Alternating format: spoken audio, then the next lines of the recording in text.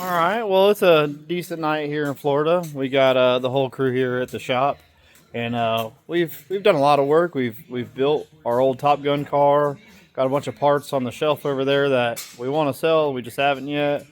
Pulled out the other trailer and got it kind of organized to where we got stuff out of the shop, and then we got this trailer open because we're getting backup parts in there, and then we've been working pretty hard on getting the merch trailer ready. So we're doing something a little bit different this year. Try to make it pop and put some extra lighting on there. We'll go through that later. But we're out here. We just got the car cleaned up. The guys went through the bars as I was helping Mom in the merch trailer, and got it kind of shined up a little bit. And we're getting ready to install our XC gear package. My wife must really love me and want me to be safe because that's what I got for Christmas. So I appreciate it. She knew I've been really looking at that stuff pretty closely, and I was wanting to get it. So now we have got the car all taken apart, the tanks off. We've actually done something pretty cool. Lenny's made some clamps that are universal here. So we still got to do a little bit more. We want to put another hole in the other side and make them to where you can take a bracket from either side and put it on the car. So if you don't have the ATL style, you can use something like this. So he machined that all down, and then he actually made some of these too. Those aren't it. They're right here. So we got to do some lightening up on these things and a little bit more adjustments. He just wanted to make sure he was doing it right and brought it here for some test fitting. But we're going to get ready to install this XC gear stuff. It's pretty cool.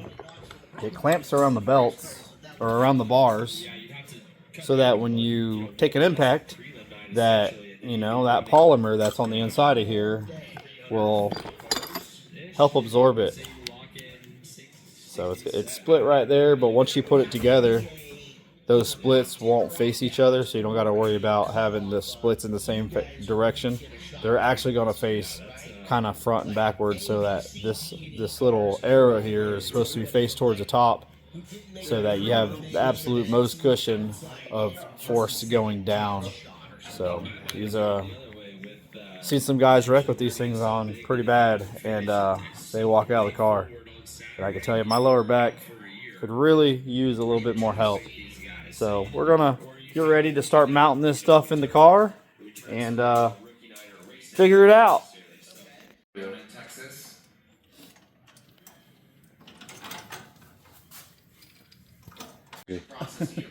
Fired back up, especially in the midget division where none of them self-starting down here. It's really nice.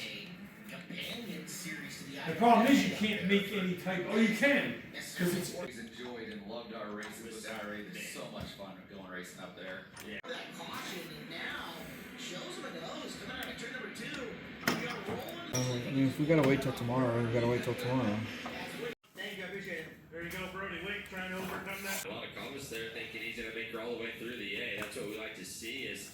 That's Waking up the next morning, I'm sure you don't though. yeah, no, go out and kind of break up that top cushion. Just Mark Fleming qualifying car, Blake Hahn, who took the victory last night. zoom.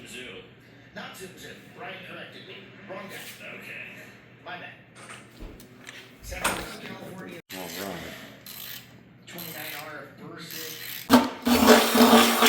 Hey, you're a 5-second. That's where it was.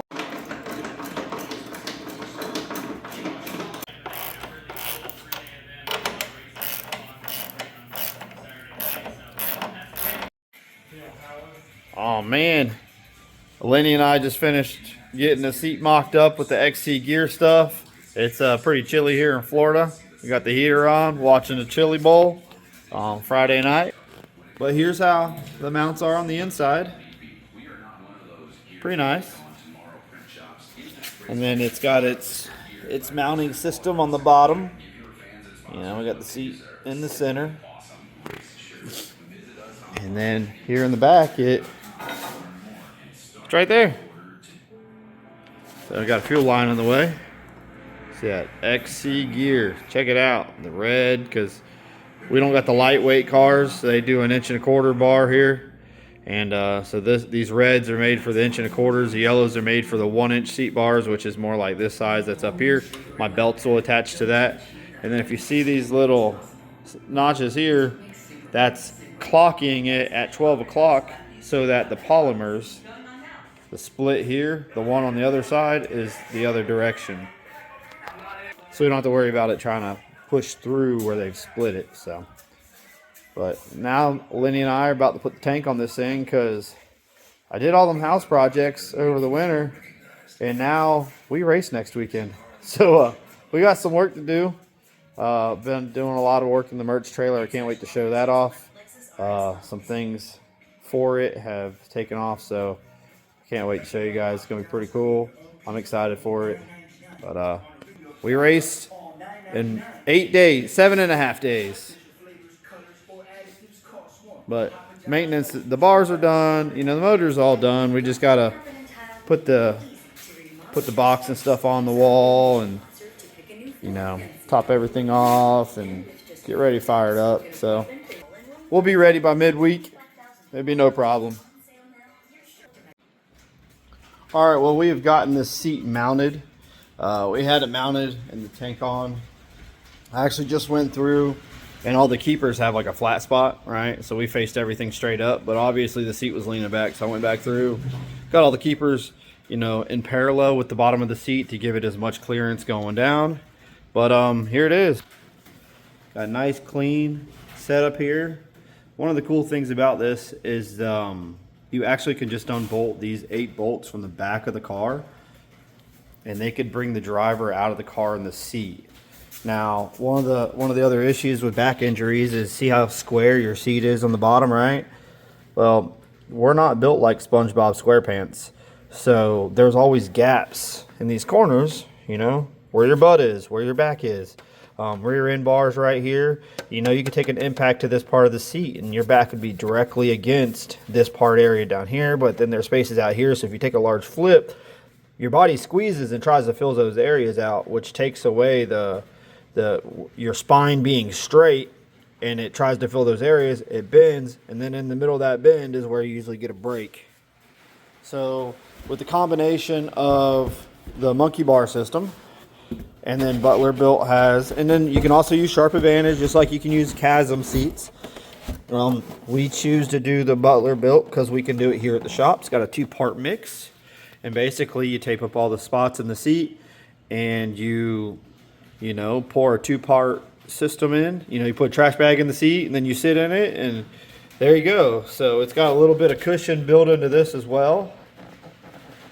And it'll help take some of the impact, but that is, you know, the combination of a seat system plus, you know, this, which is formed to me, which, you know, takes away all those cavities in the back, gives me a little bit of space.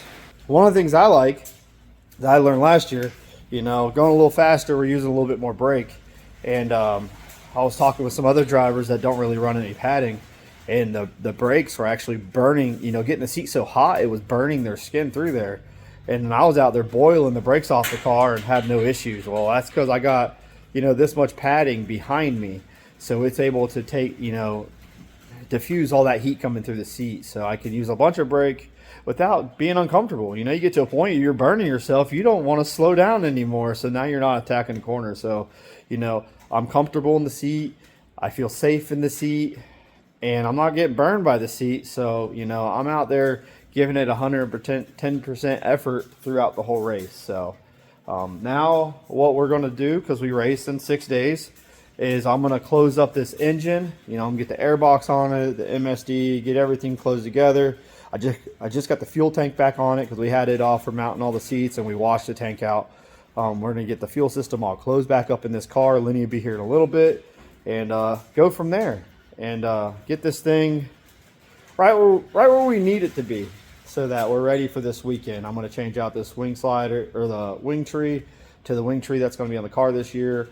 I got some XXX wing trees for, you know, I want the arrow. I don't want just a standard round.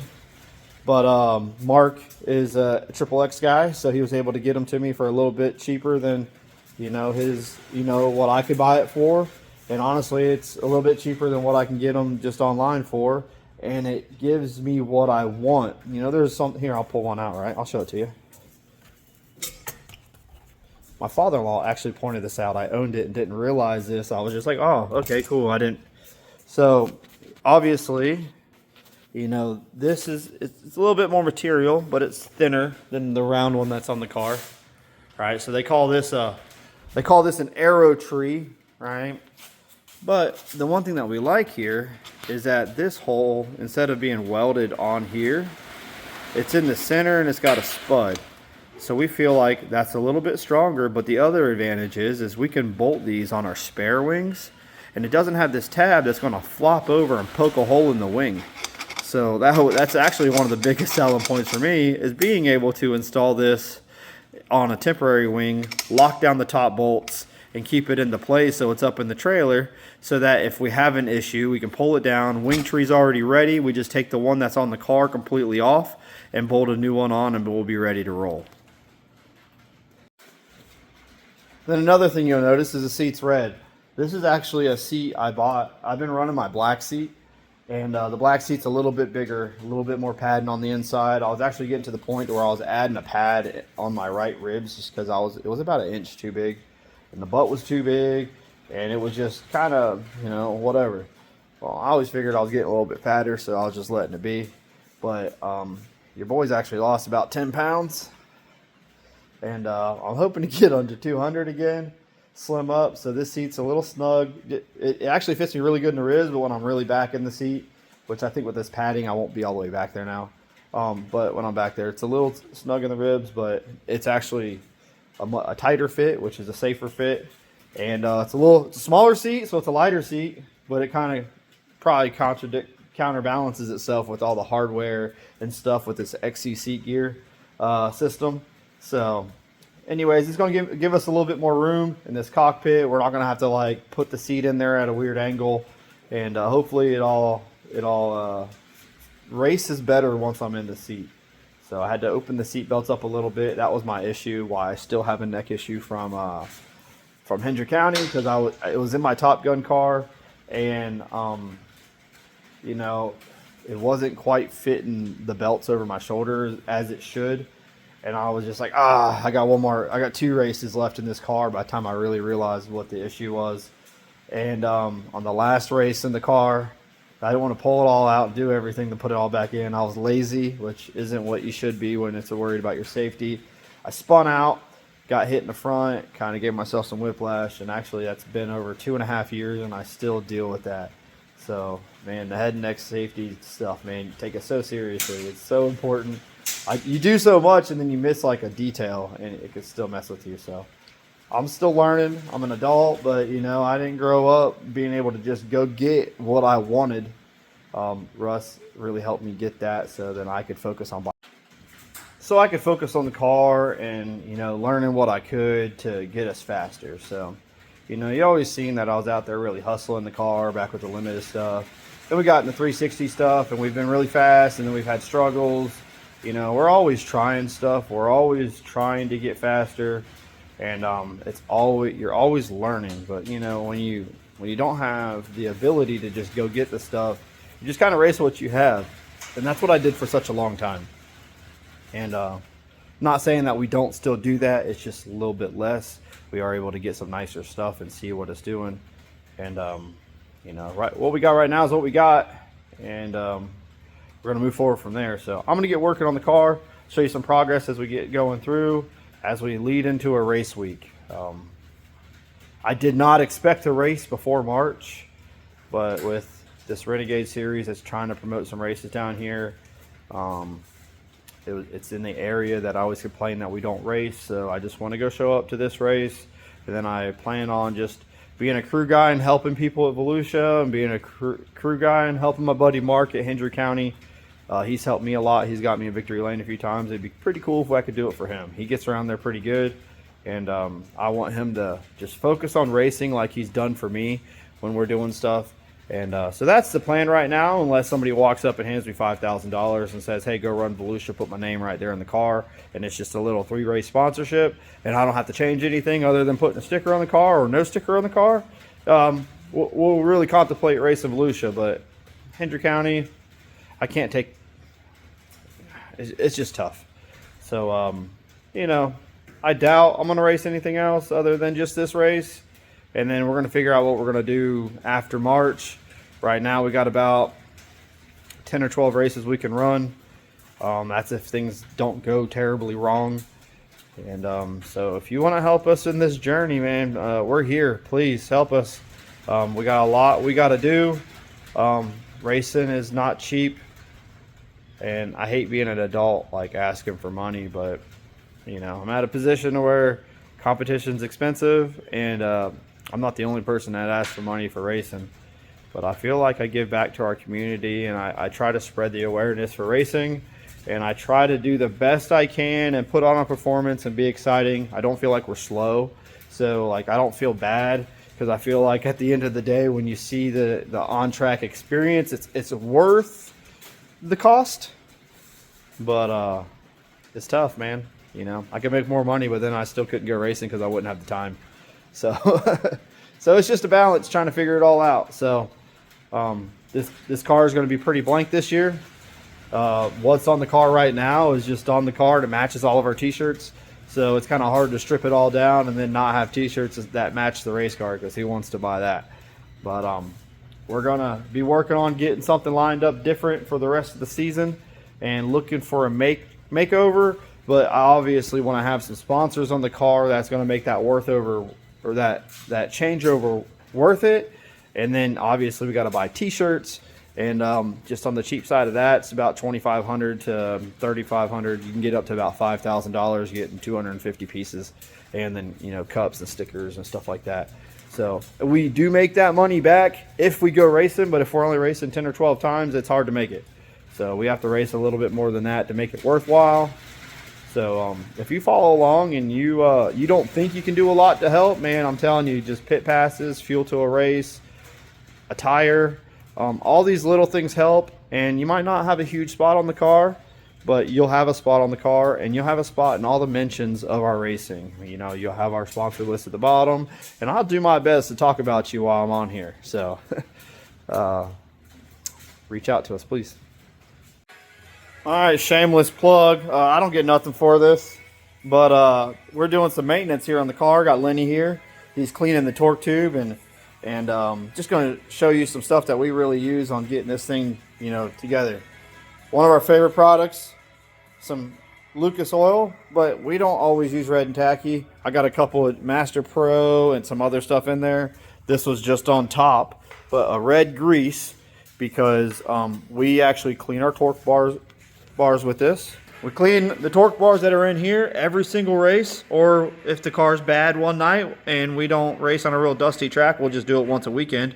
But we will clean the torque tube, and then in the center, and then each end we'll put a little bit of some grease on it. Right now he's in here on this torque tube. He's taken it apart a few times. We've put brake, you know, degreaser in there, some Simple Green, and sprayed this torque tube and rubbed it on there and cleaned it and sprayed it and cleaned it and sprayed it and cleaned it, because we race at a bunch of dusty tracks, and dirt actually gets through there where that U-joint is and kind of gets back in here. So we're doing a super duper clean on it. And then another spot that actually use this is on the airbox. Pretty heavy coated around the edges, because it just gets clips that hold this in here, and it'll allow air to kind of sneak under these edges. So I get the corners a little thicker, and I get through here. And I've done that a lot on this inside recently, because I race in the Carolinas, and the Carolinas, or a real dusty Hendry County, will show you how much dirt still makes it inside of here. So we've had times where, you know, the injector that's down in here, you can't see it right there, but it's there. Let me turn the flash on. There's a little bit of gold down there. Let's see if we can get you focused. There you are. There's your injector going down to your valve, and it'll get dirt down in there. You'll pull that injector out. Pull that injector out as we're cleaning it for night number 2 on a race, because one of the things that we do when we do our maintenance is we trade the air filter from night 1 to night 2, especially racing up Cherokee, Travelers Rest, some of the Alabama tracks were even the same way. Like, you know, dirt gets in here and it just gets there. So we just trade out the air filter for night 2. We put our K&N spray, red spray in there to help rip some. But something that's also helped is getting grease put in here. A little heavy because I don't know exactly what Golden Isle is going to do. I can tell you if I go to Volusia, I don't do it as much there. But when I'm going somewhere that I don't know how dusty it's going to be, we clean it. I mean, the cleaning process on this stuff is quite a bit to get that out of there. So clean it, grease it. Tell us some of the things that you do in your race car if you race and you watch this that try to help keep your motor clean, because I'm telling you, you'll be surprised how much dirt will be in that grease. And if that grease was not there, guess where it's going to be? Inside that motor. That's correct. In your oil, in there, it's going to get in there somehow, and dirt is what tears these things up and wears them out. So that's another little, little thing that we do on keeping these things clean. Now here's your air box. Now I've also, because we buy, we've got a couple kits because we bought filters and bases and all that stuff. I actually use 6 clips so I can get some out closer to the corner and then some in the center here to try to help this thing fit a little bit tighter. So there she is. Gonna get the outerwear put on it, a little bit of K&N oil sprayed on the outside of this thing, and engine will be closed up for me. All right, well, it's Saturday and it was supposed to be race day, but that race ended up getting canceled at Golden Isle. I think that's like the 4th one in a row they've canceled for us in the last like 3 years. So, man, looks bad on you guys. I don't know. It don't look like weather is going to actually be the problem, but I haven't pulled it up. It's beautiful here in Florida. That's why Speed Week starts here. But we're going to finish getting the car kind of prepped. As you see, it is sitting here. It is pretty much ready. We would have had everything ready to race today. We would have been in the shop the last couple nights. My new belts just showed up. Got me some impact belts to go in my Butler seat with my XC Gear monkey bar system. We got our 8740 suspension. Shout out to Twisted Chassis Photography. You help us out. Got our Moss Racing engine. We put a bunch of weld wheels on here. We got a bunch of Smith titanium. We got black titanium. We got Kreitz. There's our Smith. There's our DMI rear ends. Got our the King stuff there. Ty 22 front axles. Willwood front brakes. King front hubs. But we got weld in the trailer. I think this is Wing Dynamics front wing. I think we actually got a big order of Titan wing stuff getting ready to come in, and then I have a mutt of a wing here. I don't know what brand it was, but this was like a Deweese style wing where they slammed the board down. But then when Mark and I got in a wreck, I had to take one from a different flip that had a good right side board and put it on here, and so it's kind of a mutt of a wing. We just race what we can get, man. We don't do too much. There's a dish wing, but that one's for sale with our limited. But now it looks like we're not going to race until March. I don't know what that looks like. I do have like 21 dates that I want to hit, but now the Renegade Sprints have released their spec schedule and their 360 schedule. So they're like here, right? So here's all of the things that we kind of want to do.